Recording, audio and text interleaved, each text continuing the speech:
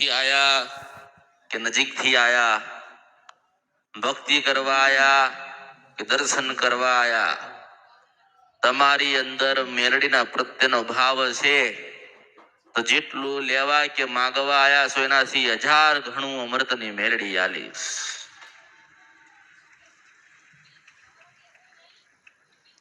ભક્તિ કરશો તો, ભક્તિ કરતા હશો તો, અંદર હૃદયમાં ભાવ અને વિશ્વાસ હશે તો, નાના બનીને આયા હશો તો, ધીરજ હશે ત્યારે તમારી ભક્તિ પ્રબળ હશે, તમારામાં ધીરજ હશે તો અમૃતની મેલડી તમને ખૂબ સુખી કરીશ અને ખૂબ તમે પ્રગતિના માર્ગે જશો. હું એવા આશીર્વાદ આપું છું.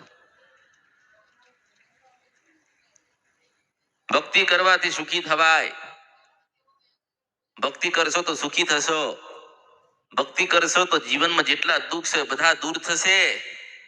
પણ તમારી કુળદેવીને ભૂલી ના જાવ ને બીજા નવા ગુના ના થાય. કુળદેવી રિહાઈ ના જાય ને આપણા જીવનમાં દુઃખ આવે ને એવા બેટા કર્મ કોઈ દાડો કરતા ને એવું અમૃતની મેરડી બોલું છું. તમે જેને પૂજો છો, જેને માનતા હોય, તમારા હૃદયમાં જે દેવનો વિશ્વાસ હોય એ વિશ્વાસ ટકાઈ રાખજો. જે મંદિરે જતા હોય, જ્યાં તમારી આસ્થા હોય, જ્યાં તમારો વિશ્વાસ હોય રાખજો. પણ સવારે વહેલા કુળદેવીનો દીવો કરવાનું ભૂલાઈ ના જવાય ને એવું જ્ઞાન ના લેતા હું મેલડી છું. જ્ઞાન એવું ભેગું કરજો કે આપણી કુળદેવીને રાજી કરવાની. કોઈ નતું, કોઈ નતું. તમે કહો છો ને કે આ દેવના મંદિરે જઈએ છે પેલા દેવના મંદિરે જઈએ છે. 100 વર્ષ પહેલા તમારી પેઠી તમારી ખોડિયાલ કાળકાન ચામુંડ બેઠી હતી. મને ઓળખો ને તો ઓળખા એ જ હતી ને. તમારા પૂર્વજો ને તમારા વડીલો ચાવણ માતા અમથી લાયા નહીં હોય, કઈક જોયું હશે, કઈક સમજ્યા હશે, કઈ ભક્તિ કરી હશે અને ખબર હશે કે કુળદેવી વગર ઉદ્ધાર તો બેહાડી હશે ને, તો ભક્તિ કરતા હશે ને. આજે એની ભક્તિ ભૂલાતી જાય. શું થાય છે?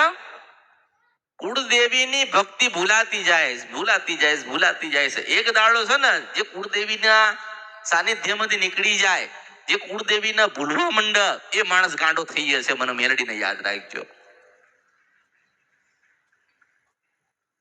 જેને જન્મ આપ્યો, જેને જ્ઞાન આપ્યું એને આપણે ભૂલીને આગળ વધીએ છીએ એટલે આપણે આગળ વધી શકતા નથી.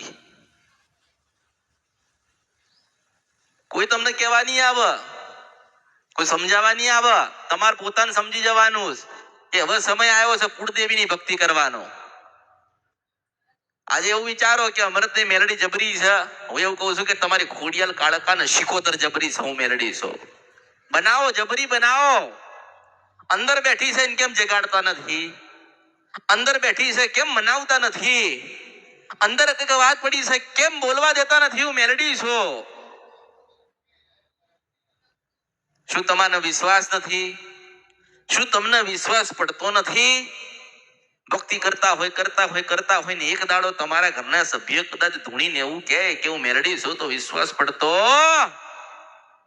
વિશ્વાસ નથી પડતો.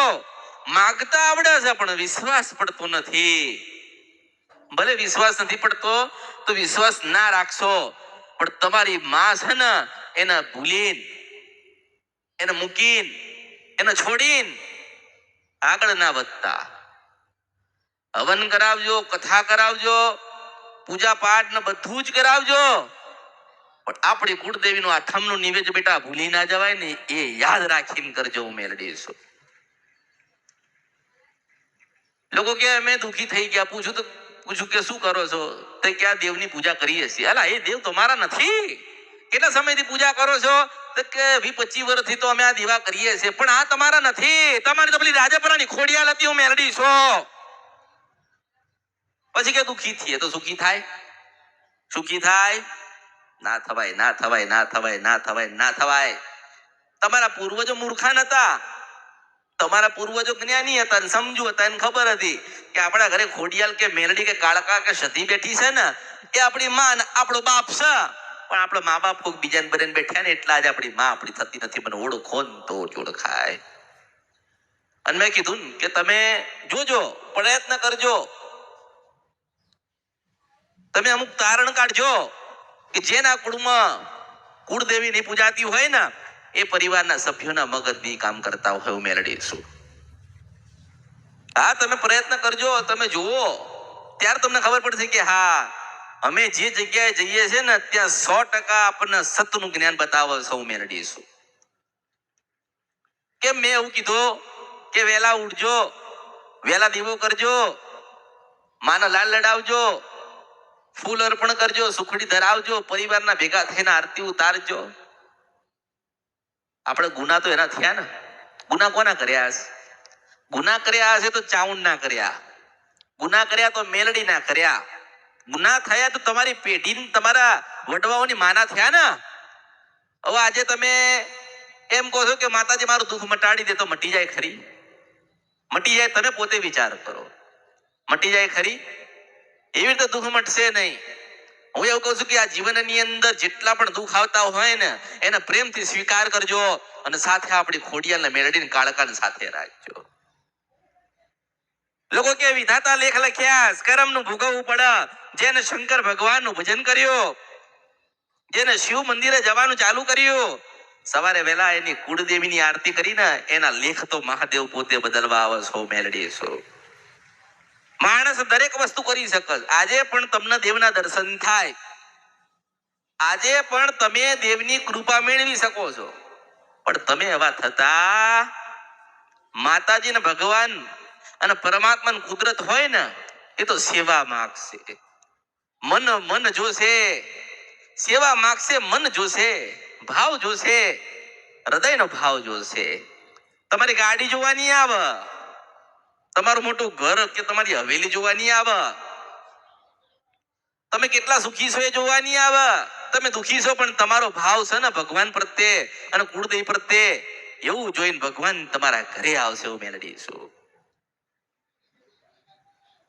વર્ષો પહેલા શિવ પુરાણ દરેકના ઘરે હતી ને વંચાતી હતી ને.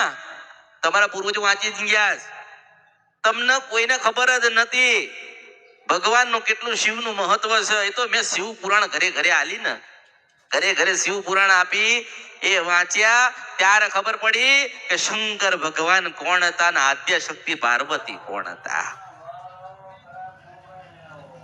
બધું જ છે. આ તો મારા જે માતા કોક તમને કે એકડો બગડો ને તકડો ત્યાર તમે ઘૂંટો છો. તમે જાતે પ્રયત્ન તો કરો. જેટલા બી જીવનમાં દુઃખ છે ને, આજે બધા દુઃખી જ છે. સુખી હોય ઘરે હોય ને દુઃખી હોય અહીંયા હોય. સુખી હોય ઘરે હોય, દુઃખી હોય અહીંયા હોય. સુખી હોય માતાજીને માનતો ના હોય, માતાજીને માનતો ના હોય.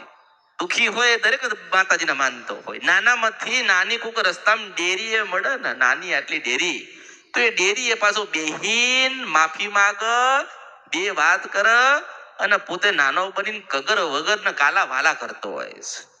દુઃખી થઈ ગયેલો માણસ દરેક જગ્યાએ પોતાનો ભાવ રજૂઆત કરે. અમે દુઃખી થઈ ગયા, અમે બરબાદ થઈ ગયા, નોકરી ગતી રહી, દીકરાના છૂટાછેડા થઈ ગયા, દીકરાના લગ્ન થતા નથી, દીકરી દુઃખી છે, અમે બધા દીવાદાર થઈ ગયા. આ પ્રશ્ન લઈને માણસ બધે જ ફર કરે. કોઈ દાડો તમારા ગામડે તમારો મઠ હોય ત્યાં આવી વાત કરી? ત્યાં વાત કરો ત્યાં જવાબ આપશે કે મારી ભક્તિ કર અને તમે સુખી થશો. કોઈ પ્રયત્ન કરતું નથી. મેં તો શરૂઆતથી જ કીધું કે તમારા ગામડે તમારું ઘર હોય ને, મંદિર નહીં, મઠ નહીં, કોઈ દીવો ના થતો હોય તો કઈ નહીં, પણ તમારા ગામડે તમારા પૂર્વજોનું ઘર હોય ને એમાં કુળદેવીના નામનો દીવો કરજો કરજો કરજો કરજો કરજો. એક વખત આટલો પ્રયત્ન કરો, તમારા ઘરમાં, તમારા પરિવારમાં, તમારા જીવનમાં અજવાળા ના થાય ને, તમારા ઉતારમાં ખોટ પડ્યો કેવા મેળવીશું. ઘરમાં વધારાના 5 દીવા કરવાની જરૂર નથી, 10 દીવા કરવાની જરૂર નથી. સુખ એક જ દીવો દે, એનું નામ કુળદેવી. 10 દીવા કરો કે 20 દીવા કરો કે 100 દીવા કરો, સુખ દેનારો એક જ દીવો હોય, આપણી રાજપરાની ખોડિયાલ. કરાય ખરો, કાળકાને પૂજીએ છે ને કાળકાને કુળદેવી તરીકે અપનાવી છે. અરે કાળકા, કાલે મોત આવતું હોય તો આજે આવવા દે, પણ તારી ભક્તિ ના છૂટા પછી મારા પાવાગઢમાંથી ઉતરું. ગમે તે થાય, આજે બહુ દુઃખ છે, બહુ તકલીફ છે, પણ અમારે સતી માતાને મેકવી નથી ને સતી માની ભજન કરવી છે, અને સતી કરવી છે, અને અંદર બેહેલી ના જાગન તો મારા અવતારમાં ખોટ પડ્યો કહેવાય. મેલડી છું, કેટલું સમજાવું છું ને સમજી જાઓ. આ દુનિયામાં કળિયુગમાં કોઈ કોઈનો નથી. સમય આવશે એટલે દીકરો મા બાપના ને મા બાપ દીકરાના મૂકીને પરમાત્માના ઘેર જશે. હારી રૂડી રૂપાળી વહુ હશે ને સમય આવશે તારે મૂકીને પરમાત્માના ઘેર જવાનું છે. અને પરમાત્માના ઘેર જતા જતા જતા આપણી ખોડિયાલ કાળકા સતી કે બુટ બલાટ કે બેચરાના રાજી કરીને જજો. શિલવન સપરા નદીને કંદરપિયા મેલડી છો. તમે તમારી માને રાજી કર્યા વગર ભગવાનના ઘેર જતા રહો તો તમારા અવતારમાં ખોટ પડ્યો કહેવાય. અને હું બોલાવું છું ના આવે તો મારા અવતારમાં ખોટ પડ્યો કહેવાય. હું મેલડી છું આ કળિયુગની અંદર. ઘરે ઘરે માતાઓ બેઠી છે, કઈડીને બટકું ભરીને કઈડીને ખાઈ જાય એવી માતાઓ બેઠી છે. તમારી શ્રદ્ધા નથી, તમારો ભાવ નથી, તમારી ભક્તિ નથી. નતર તમે દિવસમાં સપનું જુઓ અને રાત્રે કદાચ તમારી માતાને કહેવા કે બેટા આટલા દાડામાં થશે, એ માતાઓ બેઠી છે તમારા મઠોમ તમારા ઘરે. મને મેલડીનો ઓળખો ને તો જ ઓળખાય.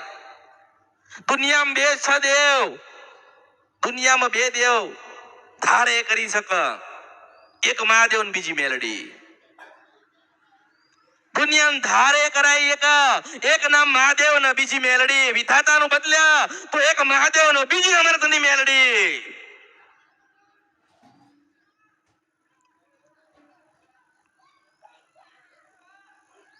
ગમે તે થાય, તમે સુખી થાવ કે તમે દુખી થાવ, હું તમને યાદ રહું કે ના રહું, પણ તમારા વડવાની મેલડીને યાદ રાખજો. મને ઓળખો ને તો જ ઓળખાય. અરે શું કરવા આપણે એવું કહીએ કે અમારા વડીલો શું કરી ગયા અમને ખબર નથી. અરે અમારી મેલડી લખશે અમારા જીવનના લેખ, અમારી મેલડી દસ્તાવેજ બનાવશે અમારા જીવનના. મેલડીના પ્રત્યે ભાવ હોવો જોઈએ, મેલડીના થવા જોઈએ ને મેલડીના થઈ જાઓ. એક વખત મેલડીના થઈ જાઓ. જો મેલડી કોઈના